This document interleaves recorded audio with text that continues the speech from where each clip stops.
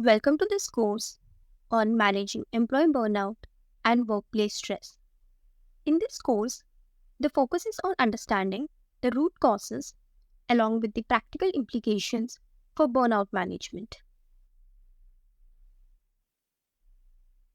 Here comes the overview of the course. First, we will be talking about what exactly the burnout means, the background. Next, workplace stressors. Stressors are the events that causes stress. So, here we will be talking about the demographic and the personality characteristics of individual, then the causes and consequences of burnout. Third, the organization's role in burnout prevention, then the individual's role in combating burnout.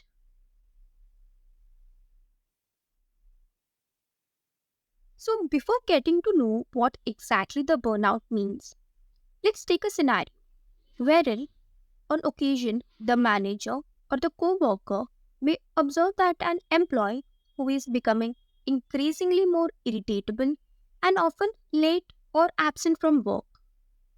The employee's enthusiasm and his or her productivity level may have dropped. Whereas the employee was once a smiling and upbeat member of the team, now may notice that he or she now rarely cracks a smile and most of the times seems cloaked in sadness. People do not change in these dramatic ways without reason and without cause for concern. So that something wrong with such an employee may be a number of things, but among these, it is possible that the employee is experiencing burnout. In fact, that's a pretty good first guess, right? That's because employees' burnout is on rise today and is receiving constant media attention today because more and more employees are just missing work due to burnout. Even the recent case that the MNC employee and an IIT IIM graduate who dies by suicide, but then the police suspect that it's due to work pressure. So there are many such cases in the recent years that get us to know that the burnout is a most important that we have to know how to manage it so that because it's a reaction of a chronic job stress that would lead to persons physical emotionally and mentally exhausted. So it can be thought of a psychological process that a series of attitudinal and emotional reactions that an employee goes through as a result of job related and personal experiences. The burnout has three primary hallmarks. We can say that the hallmarks are the signs or the indicators of experiencing burnout. First, the exhaustion. Often, the first sign of burnout is a feeling of being emotionally exhausted from one's work. The exhaustion component represents the basic individual stress dimension of burnout. So it basically refers to the feelings of being overextended and depleted of one's emotional and physical resources. So often when asked to describe how he or she, the employee, is feeling, he might mention that he's feeling drained or used up at the end of the rope and physically fatigued. So they have low energy to continue and even start a new task. So, this exhaustion is the central quality of burnout, the most obvious manifestation of this complex syndrome of burnout. So, when people describe themselves or others as experiencing burnout, so they are most often referring to the experience of exhaustion. So, however, the fact that the exhaustion is necessary criteria for burnout does not mean it is sufficient.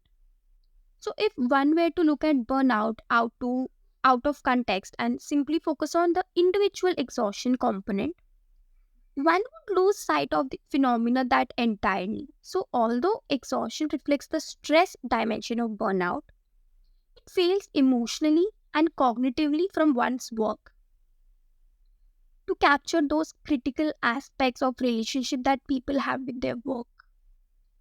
So the exhaustion it just prompts action to distance oneself. So, the emotional demands of the work can exhaust a person's capacity to be involved with and the responsiveness and the needs and the requirements for his or her job. The second, cynicism, the less identification with the job. The cynicism, or we can call it, has a depersonalization component. It represents the interpersonal context dimension of burnout. It refers to negative that is showing or having an insensitive and cruel disregard for others or excessively detached response to various aspects of the job. Burnt out employees often feel isolated from work related activities. Sometimes they experience a feeling of numbness about their work. They may also find that going to work and doing so much the common things becomes harder and harder each day. So they people just attempt to just put distance from oneself and work by actively ignoring the qualities that make them unique and engaging with people. Their demands are more manageable when they are considered impersonal objects of one's work. Third, the feelings of reduced professional ability and capacity. So this component of reduced efficacy or the accomplishment, it represents the self-evaluation dimension of burnout. It refers to the feelings of incompetence and the lack of achievement and productivity at work.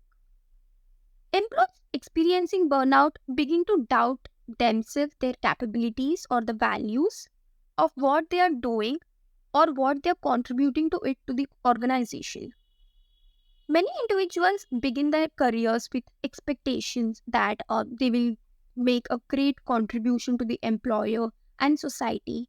But after working a year or two on the job, they begin to realize that they are not living up to those expectations, or even they are not near to those expectations. That will eventually lead to those less, the reduced professional ability and those capacity of an employee.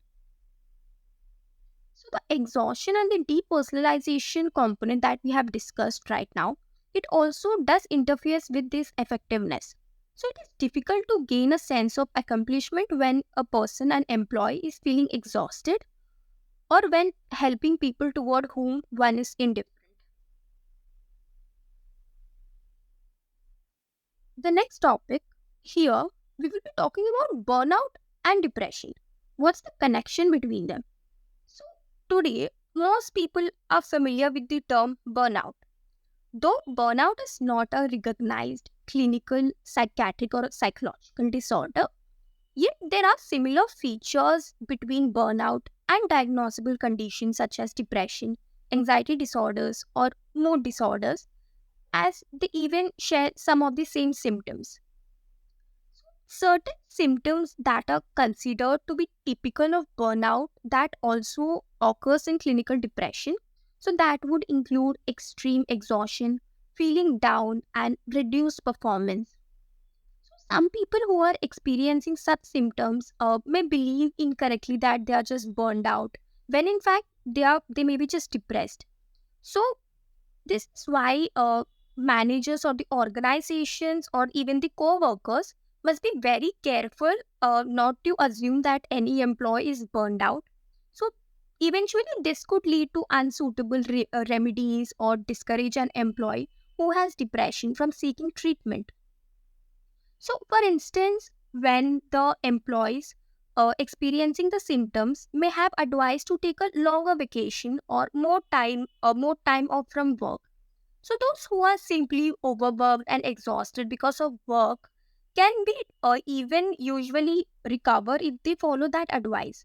But if an employee has depression and takes a longer vacation or more time off from work, doing so may actually make matters worse, right? So the help that most of the depressed persons needs is very different from often includes those treatment or medication when a person is experiencing a burnout.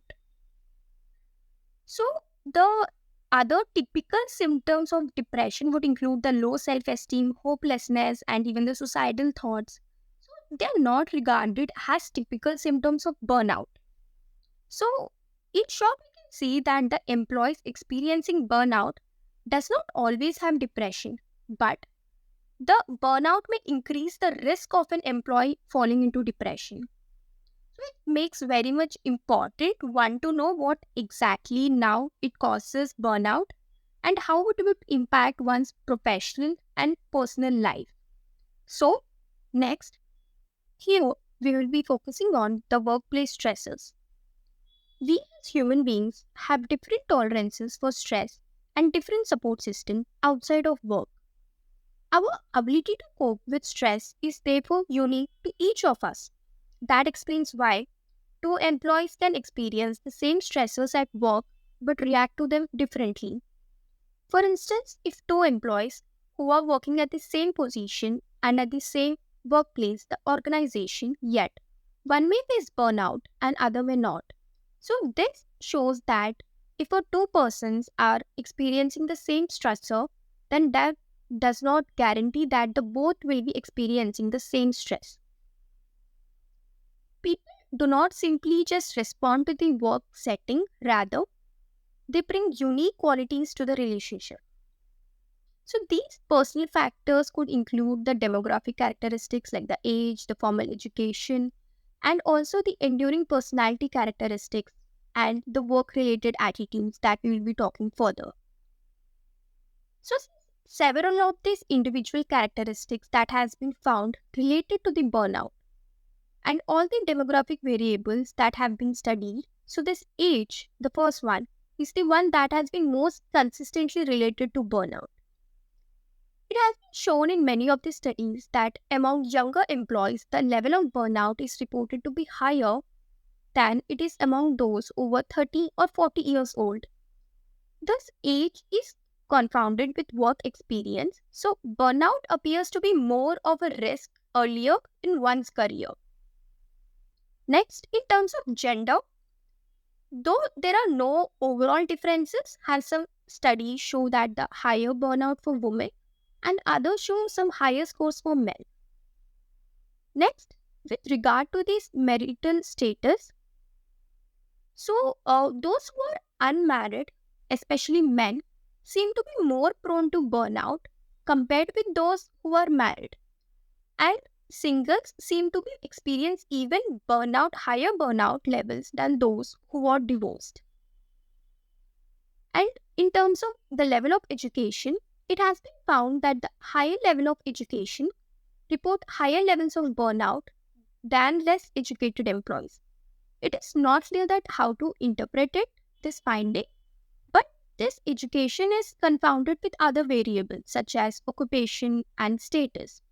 So it is possible that the people with higher education have jobs with greater responsibilities and higher stress.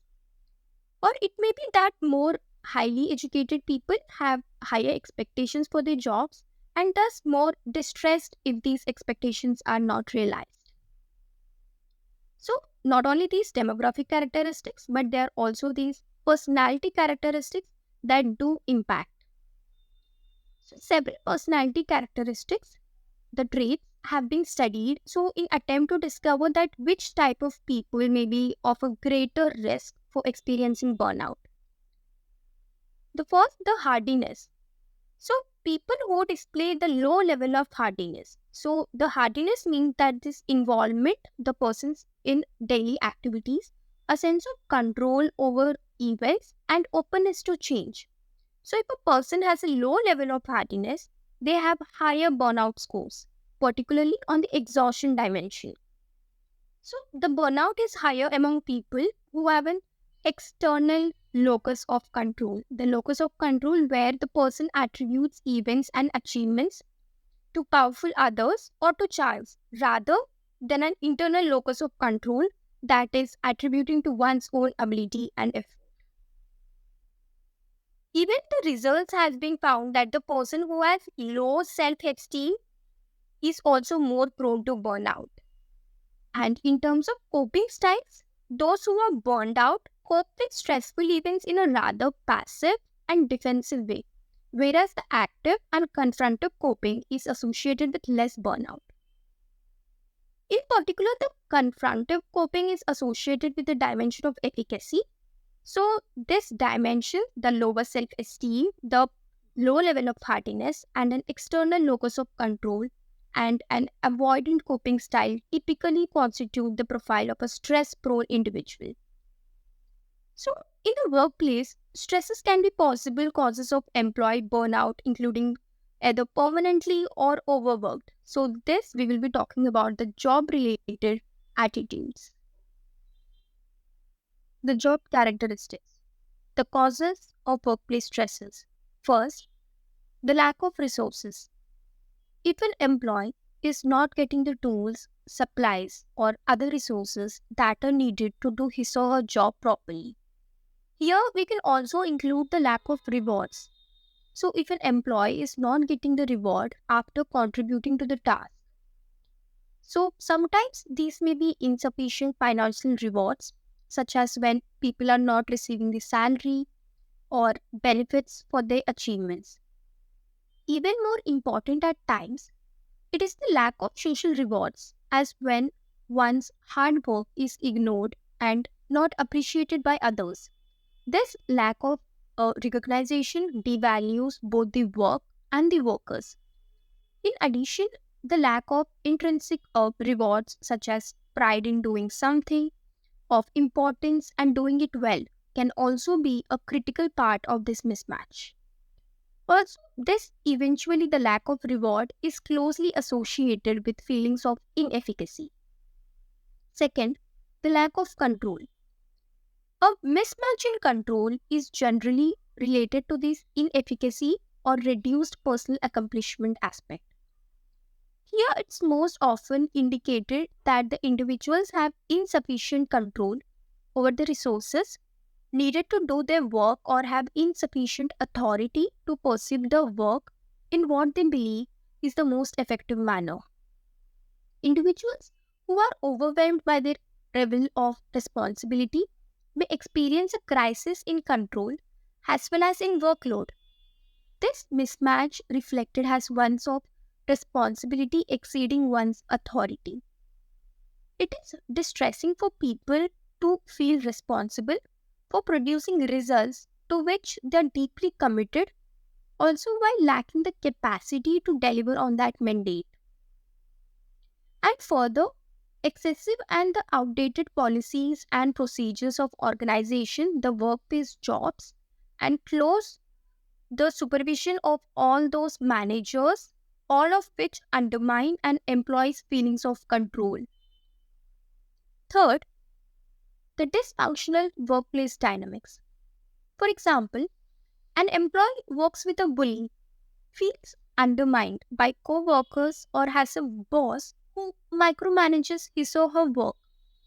The employee feels that this workplace is not fit for them.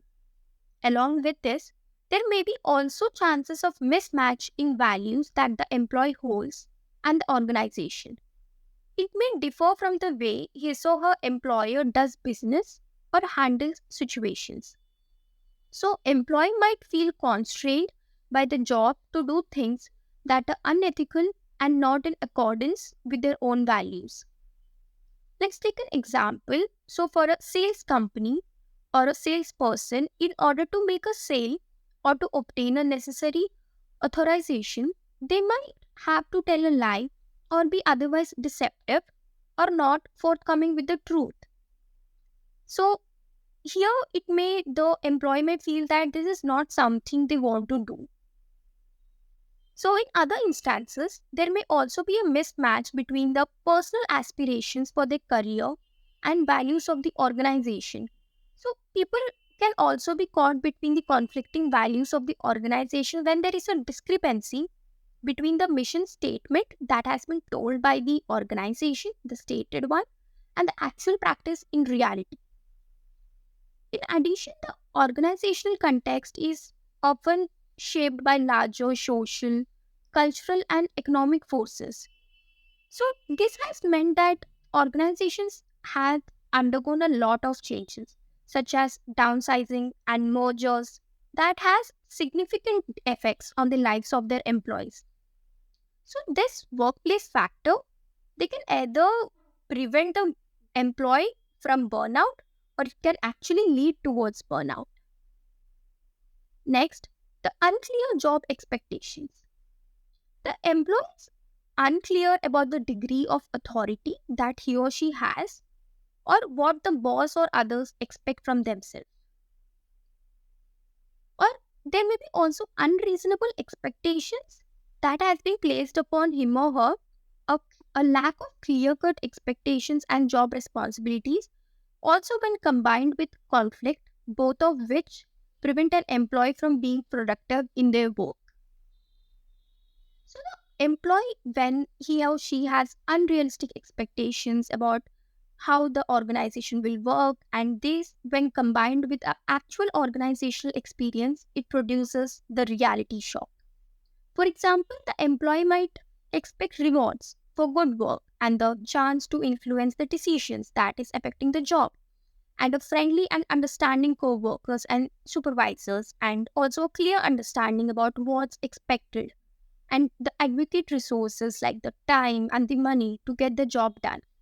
So if he or she is not receiving this, they may fail to productive in those jobs. Also, when the employee has some idealistic job and career goals, so the organizational conditions that interfere with the performance are also bothersome only to employees who want to attain high levels of performance.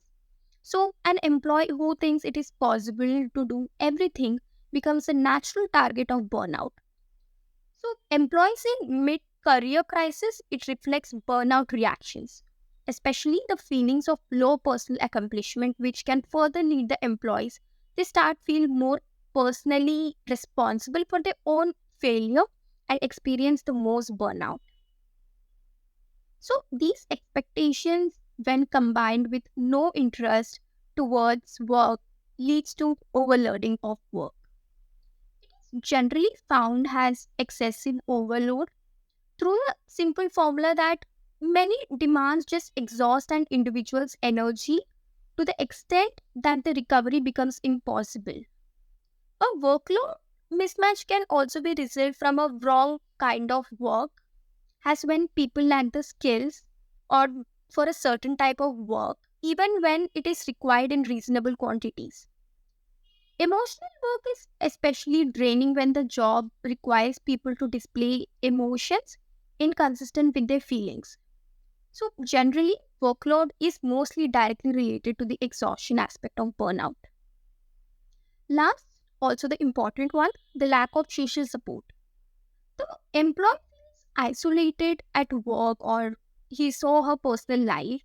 The lack of support groups or the cohesive work groups, which in turn it prevents an employee from acquiring information that is needed to cope when faced with burnout. Work takes up too much of the employee's time and effort, leaving little or nothing left to spend with the family and friends or pursuing other interests. So, for example, if a person who is working from morning to evening shift, but he also wants to just work on his or her hobbies and just spend time with their family, friends, but he or she is not able to do that. When people just lose a sense of positive connection with others in the workplace. So people thrive those community and function best when they get praise, comfort, happiness, and even humor with people they like and they respect. So, in addition to this emotional exchange and instrumental assistance, this kind of social support just reaffirms the person's membership in a group with a shared sense of values. So, unfortunately, some jobs isolate people from each other or make social contact just impersonal. So, however, what is most destructive of workplace community is chronic and unresolved conflict with others on the job.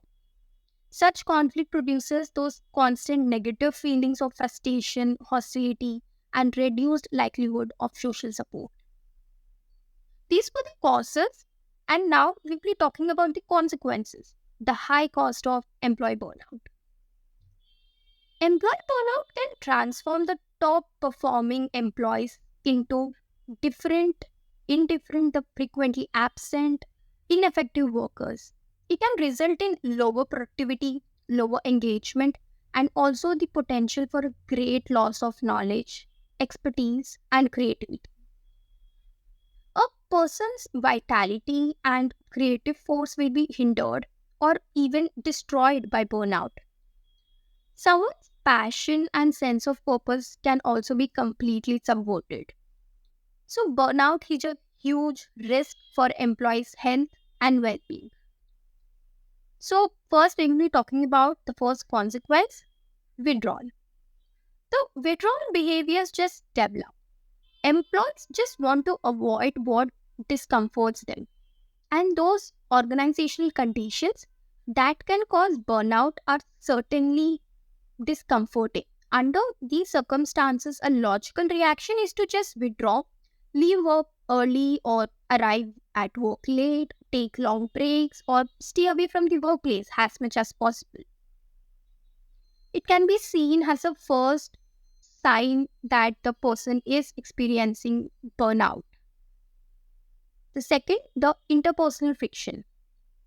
So here the has employees begin feeling cynical, the depersonalization, that relationship with the others, and also the small differences that lead to monumental arguments with co-workers. The work assignments just begin to seem like the challenges, and even the friends or the family, they just avoid those interpersonal relationships. Third, the declining performance. As a result of burnout, the quantity of an employee's performance may not diminish, but the quality definitely. Burnout has been associated with various forms of job withdrawal, the absenteeism, the intention to leave the job, and the actual turnover. However, for people who stay on the job, burnout leads to lower productivity and effectiveness at work. Consequently, it is associated with decreased job satisfaction and a reduced commitment to the job or the organization. People who are experiencing burnout can have a negative impact on their colleagues, both by causing greater personal conflict and by disturbing the job task. So, there is also some evidence that the burnout has a negative spillover effect on people's home life too. So, yes, the next one, the family life issues. Just as burnout leads to behaviors that have a negative impact on the quality of one's work life, it can also lead to behaviors that cause a deterioration of quality of home life too. So there was a study where the burnout was assessed in 142 married male police officers. So after the work done, so the wives were asked independently to describe how these officers behaved when interacting with their families at home. Emotionally exhausted officers after the work, they were described by their wives as coming home tensed, anxious, upset, and angry, and as complaining about the problems they faced at work. These officers were also more withdrawn at home, preferring to be left alone instead of sharing time with their families. Next, the health. The burnout may eventually lead to the health related problems. So, the study that we have described, so the burnout victims were more likely to suffer from insomnia, that is the lack of sleep, and to use medications of various kinds. The officers were also reported using alcohol as a way of coping with their burnout. So, in short, we can see that the exhaustion component of burnout is more predictive of stress related health outcomes. There were parallel findings have been found for the link between burnout and various forms of substance abuse, even in the case that we have discussed, where the officers were using alcohol, and even some may use sleep or the eating thing has to escape from the stress. So, in terms of mental health, the link with burnout is more complex. It's also seen that the burnout has been linked to personality dimension of neuroticism. that is the emotional instability, irritability, and the self doubt of a person, and also a psychiatric profile of job related the chronic fatigue syndrome. So, this shows that it is linked with the mental health problems. Such data might support that the argument that it itself a form of mental illness. However, a more common assumption that the burnout causes mental dysfunction, that it just precipitates a negative effect in terms of mental health, such as we have discussed before, that the anxiety, depression, those drops in self-esteem. And also an alternative argument here is that the people who are mentally healthy are better able to cope with those chronic stressors, and thus just likely to experience the less burnout. Studies show that the burnout employees have even the low cortisol level than their peers. The cortisol level that it helps prevent the restraint, the activation of the immune system and other components of the stress response. So alarmingly, there is an increased recognition in the literature that the burnout, it includes, is related with diabetes, cancer, cardiovascular disease, and also can cause nightmares, phobias, and increased risk of infection. And at worst, hospitalization is often essential in some cases. So, here, talking about the causes, the consequences, it clearly shows that burnout is a huge risk for the employee's health and well being. Now, after knowing the causes, it's time to take measures to prevent it. The organization's role in burnout prevention. So, generally, in some cases, removing the employee from a job if he or she is not productive is seen as a solution rather than looking out for the organizational changes that are needed to prevent burnout. So, generally, the person has much less control over stressors. So, it increases the responsibility of the organization to take actions because there are increasing numbers of qualified, energetic, and productive members are becoming victims of burnout. So, unless the organizations act now, it may be likely that the numbers continue to increase because burnout not only impact the individuals but does so to organizations. So, it is also the critical role of employers to take a move to prevent employee getting burned out. And in most of the organizations, the effective mode of intervention is to combine the educational interventions, that is, the educational sessions that can enhance the capacity of employees to cope with demand of job, and the other one that is the managerial practice that can be adapted by the organization. So let's see now how an organization can take steps and or the strategies to do so. First, be realistic when assigning tasks. So, delegating an amount of work that is challenging but not overwhelming. So, let's take an instance where the employer gives a task that at least needs a certain amount of time, for instance, a 1 week, but the employer expects that the employee should complete it in a 4 or 5 days. That seems unrealistic, so that increases the level of burnout. The second one, clarify expectations and job requirements. So, making sure that every employee understands his or her role and how his or her duties fit into the larger picture of organizational goals. So, this can be clarified during the job interview or through the job letter, that what he or she is expected to do, the roles and the responsibilities that needs to be performed. The third one, create a supportive practice culture. So don't tolerate the gossips, exclusive cattiness. So address immediately if any behavior that is not in line with the practice rules or the organizational supportiveness. So making sure that being supportive is a value. So the modern supportive behavior. So if a person or an employee is seen that he or she is exemplifying the supportive culture, so he or she may be rewarded for that. Next, empathize the positiveness. So speak to your employees about the work that most excites them and keep what the employees enjoy most about their work at top of their minds. So remind them regularly of the valuable difference they are making to the team and through their hard work that will eventually increase their effectiveness and leads to the more productivity level. Next, limit overtime. So get employees in and out of the office in number of hours that was agreed upon at their hire.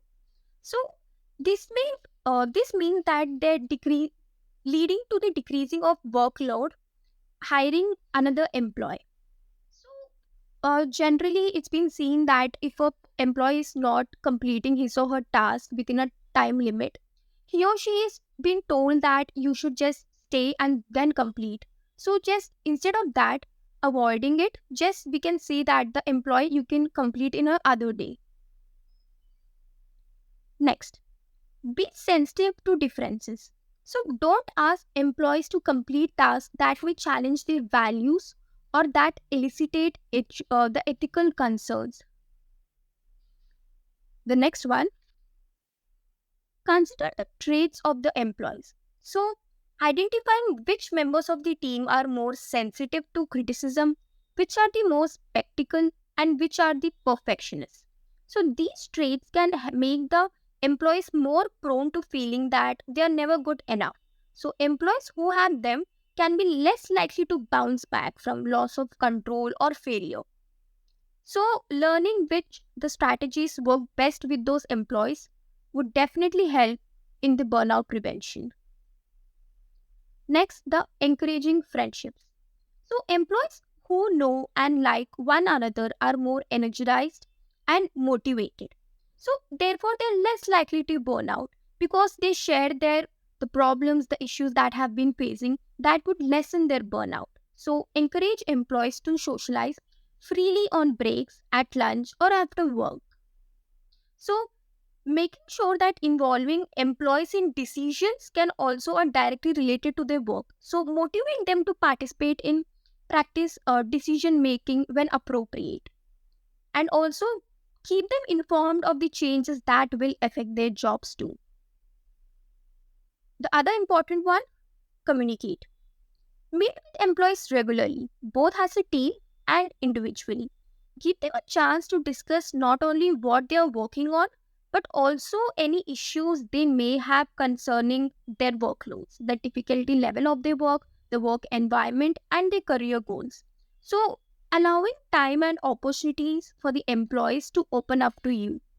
So once they open up, the manager or the organization supervisor gets to know what the concerns of the employees. So letting them know that you are the employee are advocate and they value you. So also involving employees in the decisions that will impact their productivity level too. And this communication may also help in resolving workplace conflicts if there are any. So conflicts that goes unresolved for too long can result in a burnt out employees too. So, making a priority to manage, mediate, and resolve conflicts very much quickly through communication. Next, limit stressors. So, for example, not asking an employee to take on a new challenge when he or she is in the middle of a demanding project. So, and also acknowledging times when things are especially stressful in the practice.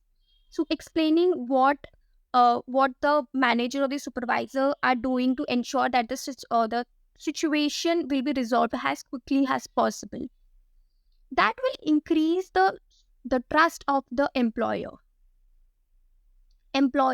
make sure that the employee is being valued and their opinions have been taken care of. Equip your employees with the proper tools and resources As we have discussed that the lack of resources is the one of the main cause of burnout. So equipping with them will make sure it directly helps in burnout prevention. Next, value vacations and other paid time. So encouraging or requiring employees to use their allotted vacation time or to stay home when they are too sick to work and run reports to ensure that the employees do not have excessive balances of unused time. And also the next thing, be generous with gratitude and praise. So making a big deal of it when an employee has done something extraordinary, draw everyone's attention to it. So highlighting the thank you notes, the comments or the emails. So when an employee has done something great or a great achievement of the task, or maybe sending them a email or a congratulations or a gratitude level will definitely make them value the job, the position they are in. Also, next thing, encourage stress relievers, making sure that the staff takes break, and also having a break room can also initiate that, where employees can take a restful and restorative break. Also, maybe allowing them to have a fresh air during the breaks, and going for a short walk, and also bringing them a healthy treats for special occasions. The next one, demonstrate appreciation. So doing something nice for the employees every now and then that they don't expect. So for instance, giving them a lunch treat or bringing breakfast, or also maybe having those financial benefits, gifting them. The next one is the scheduling team building activities. So building some inclusive job inclusive job satisfactions by scheduling staff outings that encourage bonding. So in many organizations, it's been seen that the organization take care of the bills of the all the travel allowances that will also lead for the team building activities that would further encourage them to work. Next, be sympathetic. So, when an employee expresses frustration or concern, address it immediately. Make sure that he or she knows what the employer are taking appropriate action, and if can't, explain why you can't meet the employee's needs. Next, ask for help. So establish a when you see something, say something policy for the staff. So encourage employees to alert you when they suspect that a co-worker may have or may be burning out.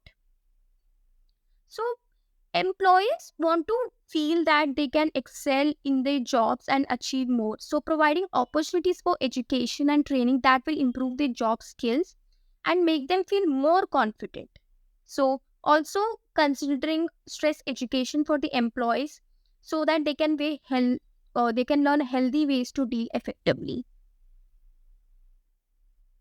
Next, let employees do what they do best. So nothing is more disheartened than being in a role one hate or one aren't very good at.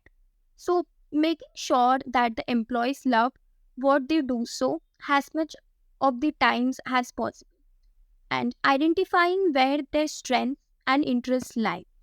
And if employees are misaligned with their jobs, adjust assignments or move them into the roles they are more passionate about. So, if can't, at least counsel them to seek work that better suits them, and then improving the hiring practices so that the misaligned employees can't be the misaligned employees can be taken care of. Next, keeping things interesting. Routine is a double edged sword. So it helps things run smoothly in the practice, but it can also become dull. So change things up when one can. So, for instance, hosting a birthday party in between the breaks for employees, or a fun contest activities, or or just organizing a themed clothing for a day, that would definitely make an employee or a normal keep coming out of a normal common routine. So these were all the things that an organization can do for preventing burnout in a managerial practice. Now, the focus is on the programs that can be adapted by the organization, which are time and cost effective too. So these will be the successfully implemented programs. The first is the anticipatory socialization program, which is appropriate for new employees. So before moving forward, let's just understand the concept of reality shock. So there is a gap between the expectations that employees have when they begin their first job and the realities that they actually find in the job. So new employees who enter the company are often strongly motivated for giving a high performance. When they start off their first job, they anticipate being able to make improvements in their respective positions and performances. So, at the same time, they do expect that their contributions to be recognized as valuable. So, when these expectations are and the goals seems are not being fulfilled, so they just seems unrealistic. So, this anticipatory socialization program can be an effective method for decreasing the severity of the reality shock experience on the job. So, thus in turn decreases the turnover rates and absenteeism of the new employees. And this anticipatory program can serve as a model for any occupational group in any type of organization, and it can be described and be uses in phases. Phase 1. So the purpose of this program is to the first phase is to produce a mild form of the reality shock that an uninitiated worker might experience on the job. And this can be accomplished by giving examples on real on the job incidents that have been experienced by others. So this makes sure that the new employees get to know what will be the problems, the ongoing problems that he or she may experience in his or her job position. Phase 2.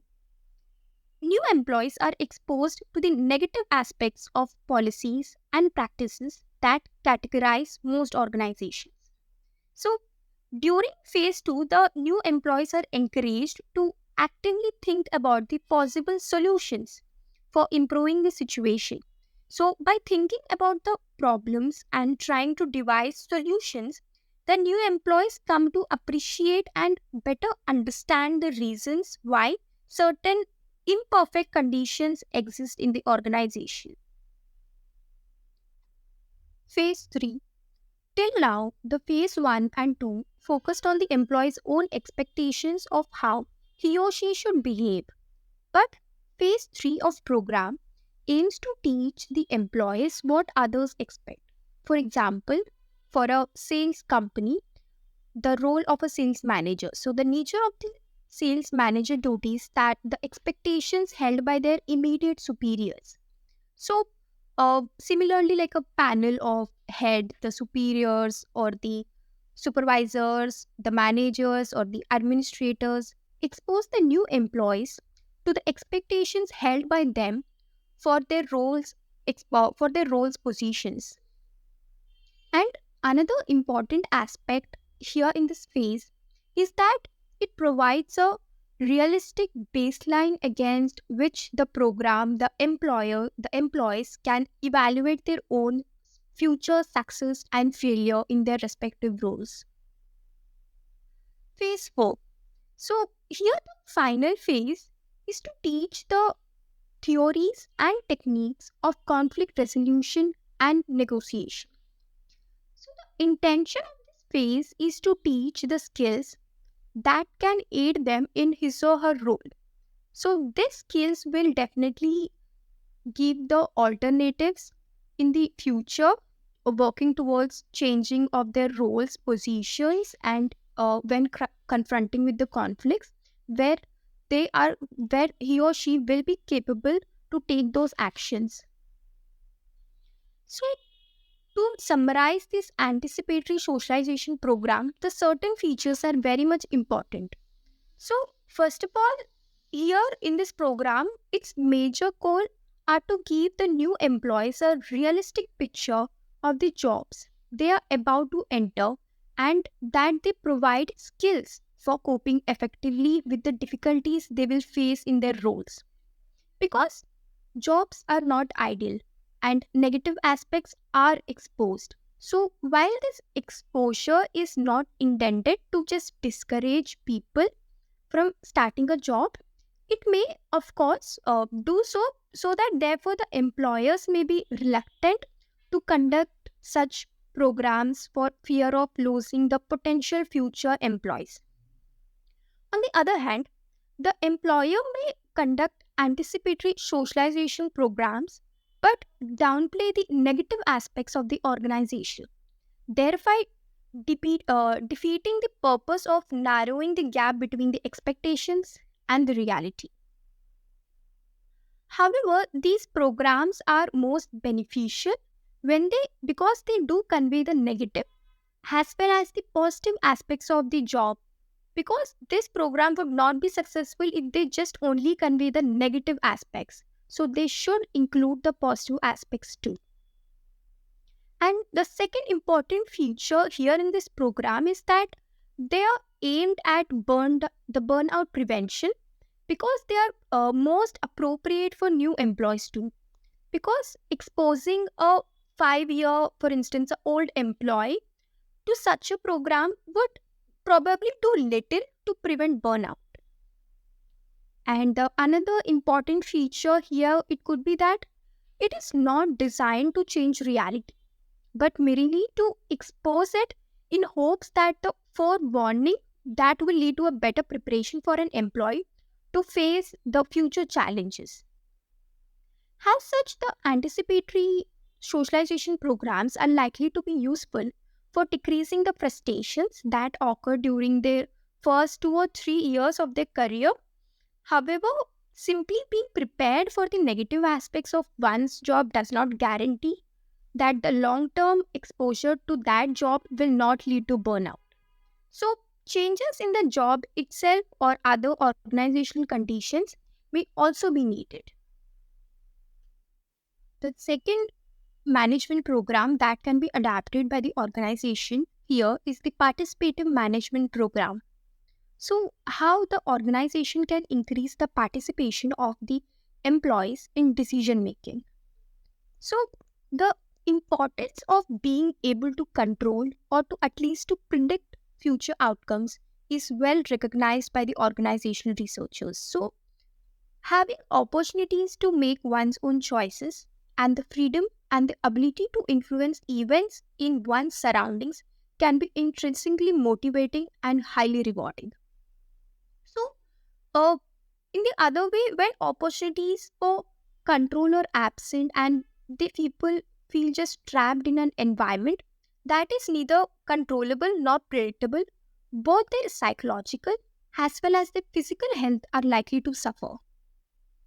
And in most organizations, employees are and feel controlled by organizational rules, policies, and procedures. Often, these rules and procedures have their roots in an earlier era of the organization and are no longer as appropriate as once they were. So, nevertheless, they are enforced until new rules are developed. So, then too, frequently new rules are should be created by the people in the highest levels of the organization and then posed upon those at the lower levels. But sometimes the new rules are an improvement over the old rules. Other times they are not.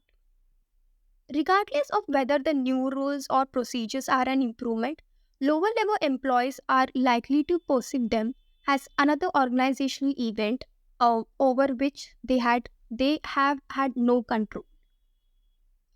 And the recent studies of burnout suggest that the increasing employees' participation in decision making process and thus increasing their control can be an effective way to prevent burnout. So, in addition to increasing employee feelings of control, participation in decision making may help to prevent burnout by clarifying their role expectations and giving employees an opportunity to reduce some of the role conflicts that they experience. So, here the level of role, the lack of clarity, the ambiguity, and role conflict that people experience are strongly related to burnout. So, besides giving workers a feeling of control, participation in decision making gives them a power to remove obstacles to effective performance, thereby reducing frustration and strain. So, the first way in which the employees can use their increased power is to basically giving them the others to change expectations, to persuade others for the employee's behavior that conflicts with employees' own views. So, through the repeated interchanges required by participative decision making, organization members can also gain a better understanding of the demands and the constraints faced by others. When the conflicts other people face become clear, perhaps for the first time, negotiation over which expectations should be changed to reduce inherent conflicts is likely to be occurred. So, in another way, consequence of the increased communication that results from participative decision making is being isolated from their co-workers and supervisors. So here, what happens is that through their discussions, the employees learn more about others, that is, the formal and informal expectations.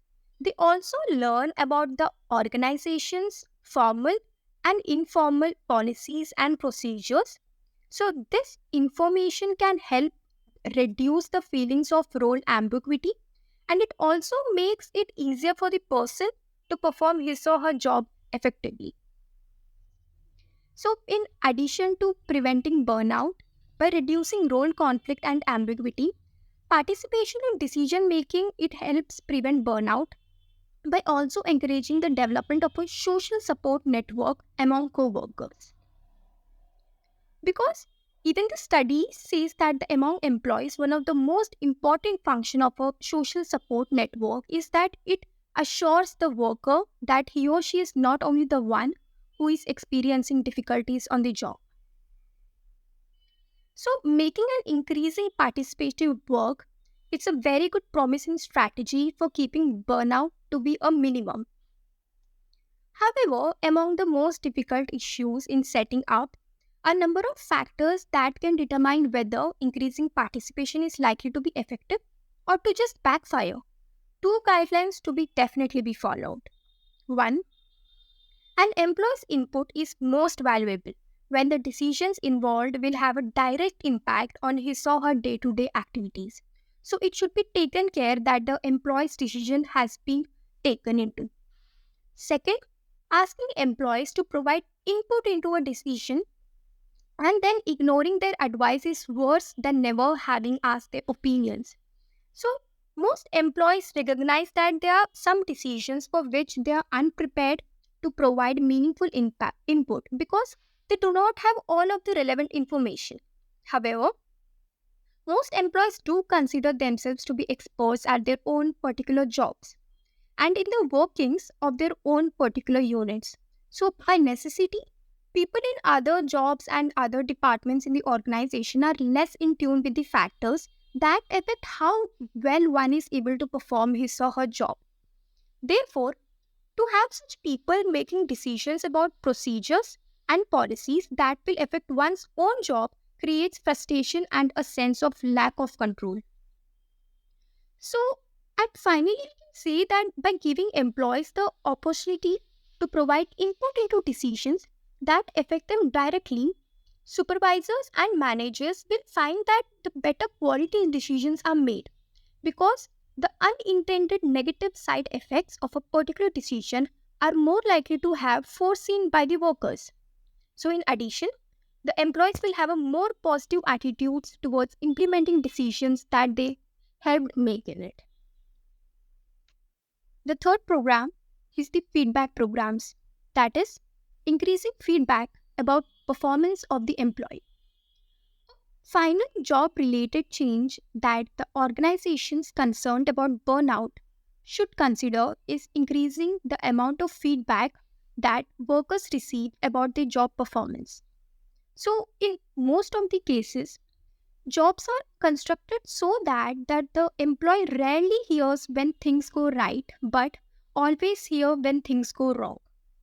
So, this is especially true in jobs where the main service, like the employee provides, is advising people about how to solve their problems.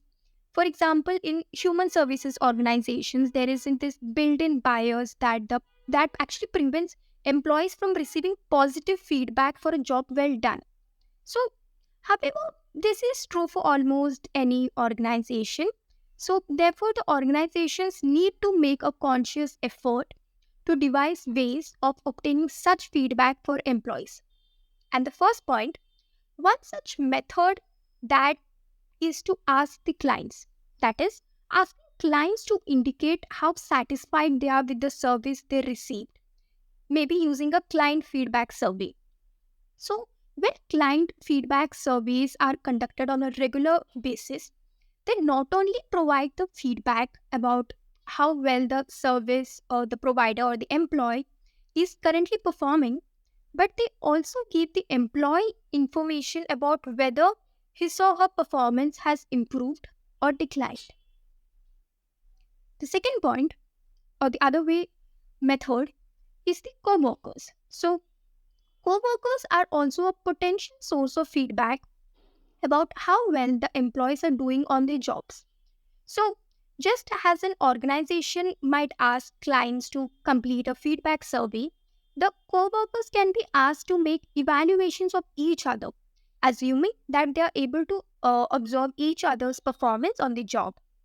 So, the co-worker evaluations have an advantage in that they are being made by a person who is fully aware of the constraints placed on the employees by the organization. Because whereas the clients will tend to evaluate the service that they have received against an ideal standard that they may have received before.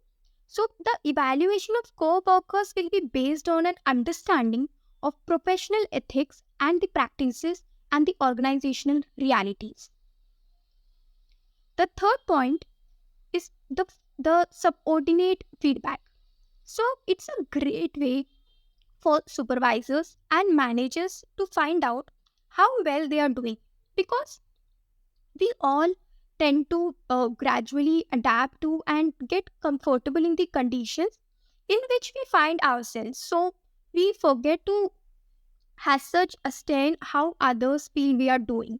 So because managers are responsible for others, it is imperative for them to find out what their subordinates think of them. So the employees are first to know. So if the boss is becoming callous, or because the employees are usually reluctant to give the boss bad news, the personal department can play a critical organizational role by conducting surveys and feeding the results back to the managers. Suspect if employee is burned out. Till now, we have been discussing about how the organization can take in the actions or the strategies to prevent burnout. But if the employee is experiencing burnout, how a manager or even a co-worker can suspect. So, what to do when a co-worker or the organizational managers or the supervisors suspect that an employee is burned out? So, as soon as one suspect that the employee is experiencing burnout, first, creating a list of everything that's once absorbed and that has led to think that the person is experiencing burnout. So, recalling the employee's particular expressions and body language, and things like he or she is taking frequent sick leaves, or maybe not completing the work on time, when an employee was before completing everything on time. So things like the changes in punctuality, attendance, and other changes that one has observed. So preferably noting when that the changes has been observed. So also noting the observations from the co-workers can also help to identify the changes.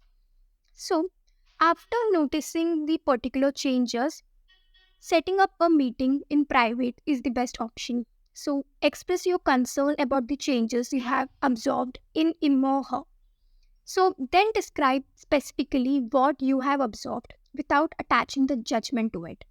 Because if we attach that, when we say directly that I guess you're experiencing burnout, that will make the employee not being opened up to the employer.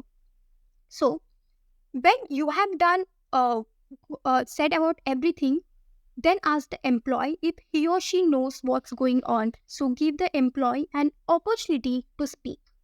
Even if he or she does not speak up right away, don't just fill up the airspace by talking. So remain silent. So if the employee finally opens up to you, don't interrupt or react negatively. Let the employee get everything out.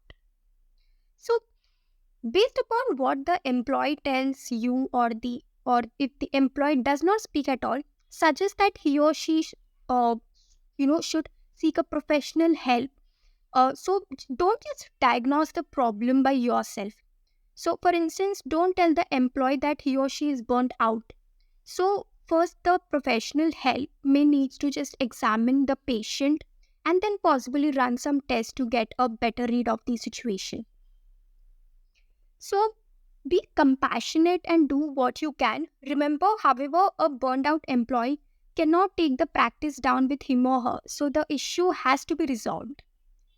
There is this common misconception that burnouts only happen in huge companies where the pace and the demands are high and attention given to each individual employee is low. But this often uh, brings back, it just takes down that even the smaller businesses, the employees do get burned out. So the simple truth is that the size of the organization has nothing to do with the risk of its employees running out of the steam. The reason, it lies a lot deeper. So, and not every worker recognizes that they are suffering from burned out. So, therefore, a direct confrontation isn't always the best course of action. So, while a talk is required, and one should generally avoid bringing the term up and instead try to identify the causes and then address them with actions. So, there are two main routes is to go for a fast fix, although one should need take time and specific steps in order to solve the individual cases. So, by also keeping an eye on the employee's conduct and performance, so allow few weeks for the modifications to take effect for them, and also keeping a close eye on the quality of their work as well as their entire changes that has been taking place. So, employee burnout may have severe implications that affect not only the team but also the business, the organization. So overall, the supporting the employees' well-being and cultivating a culture of psychological safety will aid in burnout prevention. Now, the focus is on the individual role, the individual's role in combating burnout. So till now, we were talking about the organization's role, the causes and the consequences, but at the end, it's the individual who is experiencing the burnout. So he or she should strategize their work, the commitment they have for the burnout preventions and to manage that. So, very first step that the individual can do is work with purpose.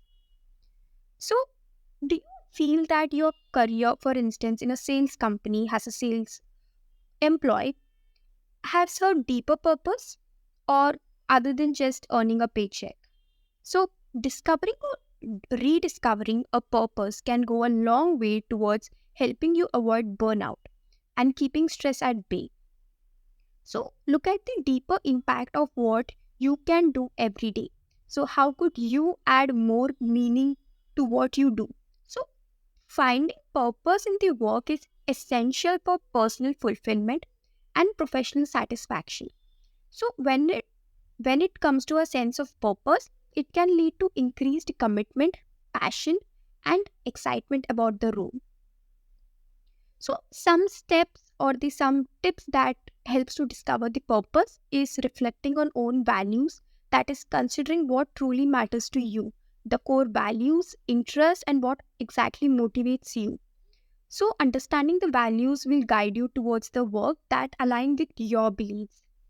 And other ways could include connecting to the meaningful task, that is identifying those tasks or projects that resonate with you, and also understanding its impacts, how your work impacts others, the organization, or the industry. Because recognizing the value you bring and how your efforts contribute to a great purpose. Also, building a good positive relationships and crafting your work, like taking the ownership of your task, that would help to improve processes, innovate, or create a positive change. And also at the end, to seek learning opportunities, that is continuously learning and growing, that can add a depth and purpose to the work.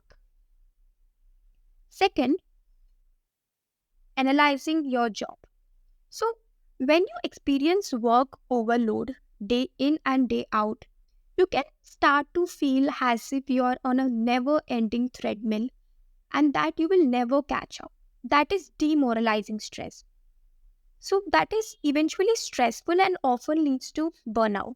So if you feel that your boss is assigning more work than you handle and simply has unreasonable expectations, schedule a private meeting to address the situation, that it's unable to you to cope the work. So let him or her know that your excessive workload can lead to burnout.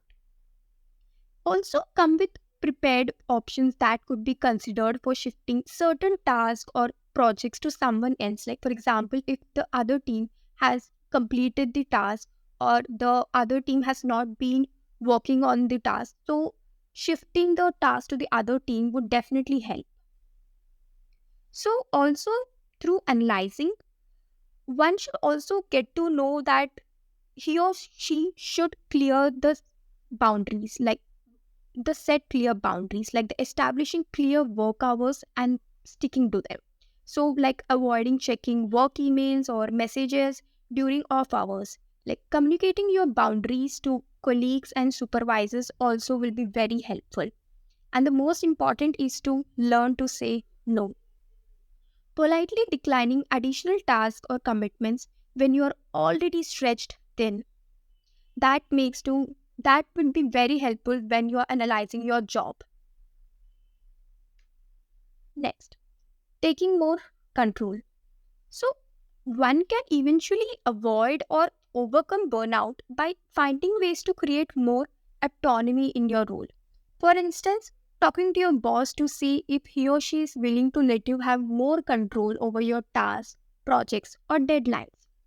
So, for example, if there are some other prior commitments like the events or the tasks, so you can ask your boss that may the deadline and the task can be controlled by him or her so that you can work accordingly. Next, the social support.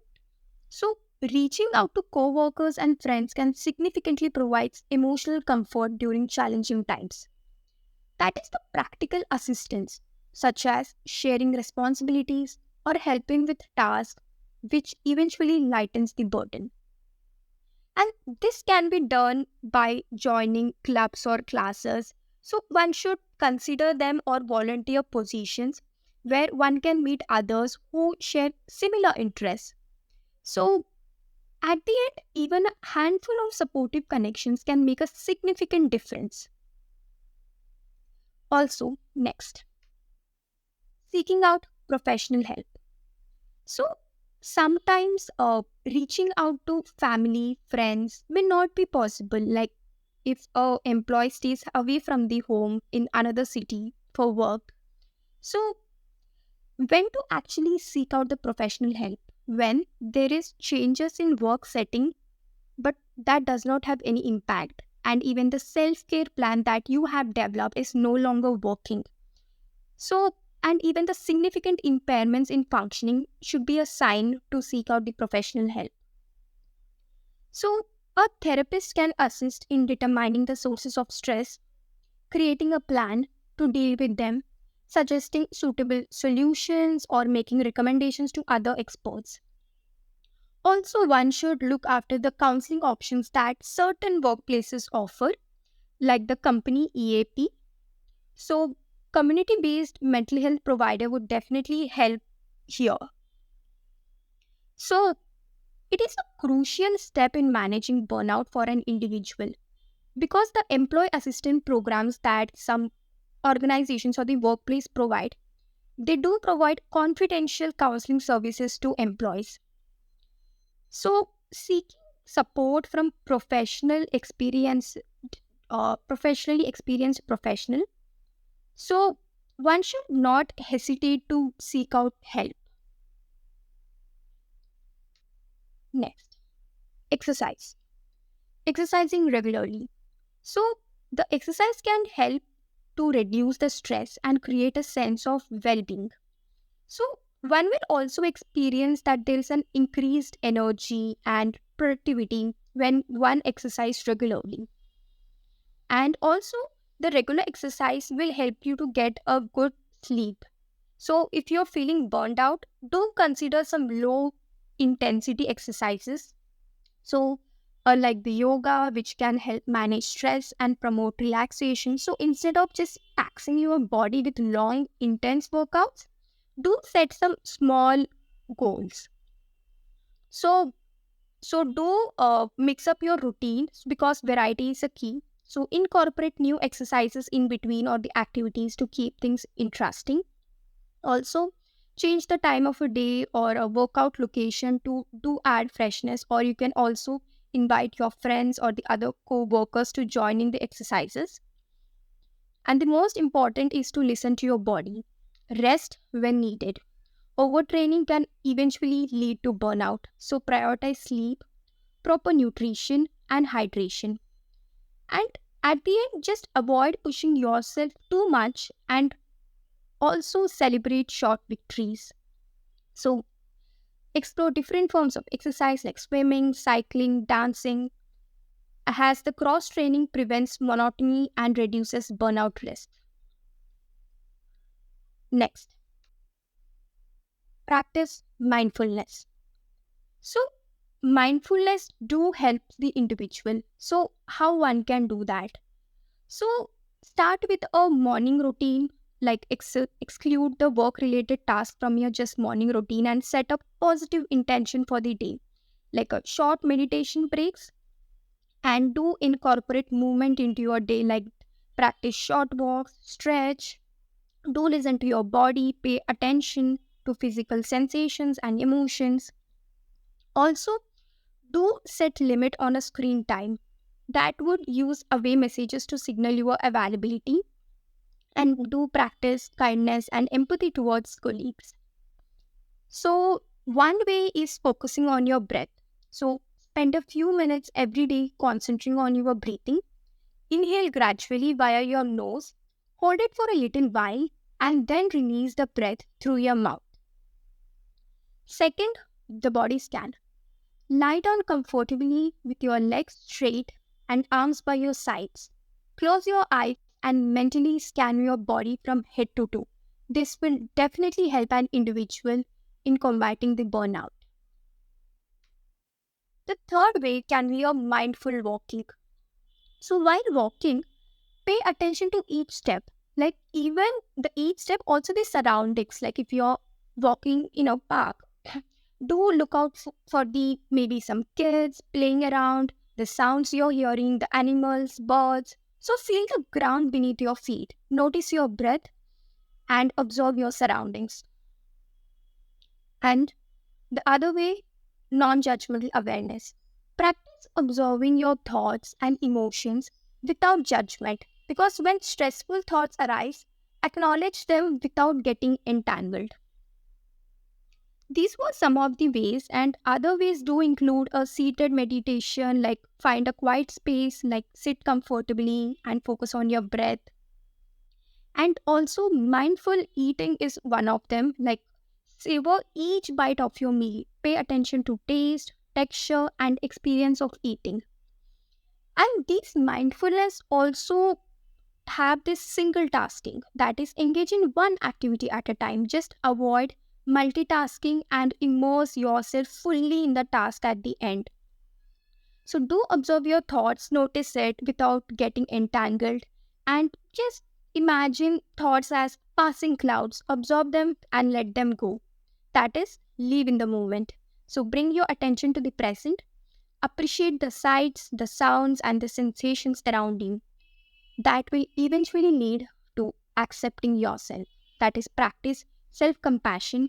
Accept your feelings and experiences without judgment. The last one, the self care. That is the ABCs.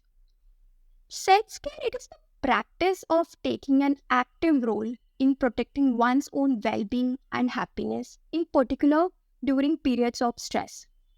So, self care is only taking responsibility for job functions that you have control over. That is the ability to maintain a positive attitude towards the work despite challenges. So, the ABCs, that is A, awareness. The step, the first step in self-care is much like a first step that a physician or a clinician takes in diagnosing. That is, it involves a checkup of your own body and mind, because you are the only person who can take this first step, because everyone's evaluation of stress and personal functioning is different. So this step requires you to slow down enough, focus inwardly enough to determine how you're feeling, what your stress level is, what types of thoughts are going through your head, and whether your behaviors or actions are consistent with the who you want to be. So just recognizing this stress, so just list down the ways you experience stress in corresponding categories, circle the ways the stress affects you the most troubling, and then of each item you struggled, do let you know that how many days per week do you experience that. This would be definitely increasing the awareness. The second step is to seek balance among a number of different types of activities. These include work, personal and family life, rest, and even the leisure time. You will be more productive when you had opportunities to rest and relax. What helps you relax may be very different from what relaxes your family members and colleagues. So it's important that the ways you relax aren't damaging to your health and well-being. That is the survival coping strategies or to the relationships that are important to you. So becoming aware of when you're losing balance in your life gives an opportunity to change. So here the activity is the self-care assessment. And next, the third is the commitment.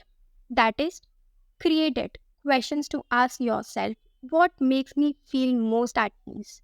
What brings me joy? Or what brings me a sense of purpose? So just list them, journal, art, anything that you like, and do follow that. Like, and even just following is a big step in a self-care. What just enjoys you, make you enjoy of that. So these were the ABCs. And apart from this, one can also maintain a stress diary to document what routinely causes you stress, practice deep breathing, meditation. So also at the end, practicing positive thinking can also help you get through these stressful times. So as an individual, one should definitely consider their signs or the indicators of burnout and take actions. And if not able to, just seek help. One should consider their families and friends, reach out to them, and if not possible, reaching the professional help would be a very important role. The conclusion. So, the modern work environment is often characterized by instability and intense competition. So, despite the world having grown increasingly aware and concerned about the well being of employees, we still have a long road ahead of us. So, there are too many reasons why burnouts happen, and they are highly dependent on the individual's emotions, values, and personality. As a result, individuals do face heightened pressure to perform and excel, leading to burnout. So, this burnout, it does affect individual but also the organizations too in a productivity level or ineffectiveness of an employee. And this ignored or unaddressed job burnout can have even more devastating consequences. This, however, does not mean that there is no solution for them. So, managing it requires a holistic approach that involves both the organization and the role of individual. Employee burnout has some extremely serious consequences for employees and employers. Fortunately, there are a number of things that the personal department, the departments of the company, the HR department, for instance, can do, such as implementing the participatory management programs like quality circles or conducting organizational surveys to help prevent employee burnout. However, rather than assume that one cure exists for all situations, we should assume that each organization is somewhat unique. And this uniqueness must be taken into account when potential burnout prevention programs are being considered. So, for example, if employee opinions are already actively taken care of before most decisions are made, increasing participation in decision making is unlikely to affect those future burnout levels. And not only is it prudent for organizations to recognize the need to be cautious in selecting an intervention strategy, but it's also important for them to accept the possibility that the particular intervention they choose may not be effective. Therefore, organizations should evaluate the effects of any intervention they implement. So, at the end, by collectively addressing its root causes and implementing changes, we will foster the healthier work environments and promote well being of employees. And this marks the end of our course on managing employee burnout and workplace stress. Thank you.